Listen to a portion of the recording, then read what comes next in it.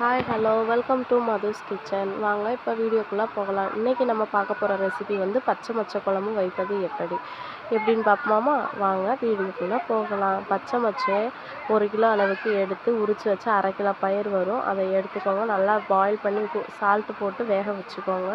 வேக வச்ச பயிரை எடுத்து தனியாக வச்சுக்கோங்க.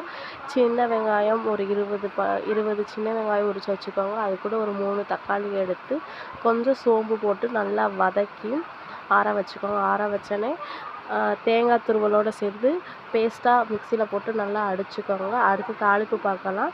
எண்ணெய், கடுகு, கருவேப்பிலை, சின்ன வெங்காயம், தக்காளி போட்டு நல்லா வதக்கி கோல்டன் ப்ரௌன் கலர் வந்தோடனே பச்சை மொச்சையை போட்டு நல்லா வதக்கிட்டு நம்ம அரைச்சி வச்ச பேஸ்ட்டை போட்டு நல்லா வதக்கி கொதி வந்தோடனே எண்ணெய் பிரிஞ்சு வரப்போ புளிக்கரைசல் எடுத்து அளவான நெல்லிக்காய் சைஸ் புளி ஊற வச்சு புளிக்கரைசலை ஊற்றி குழம்பு இறக்கணும்னா சுவையான பச்சை மொச்சை குழம்பு தயார்.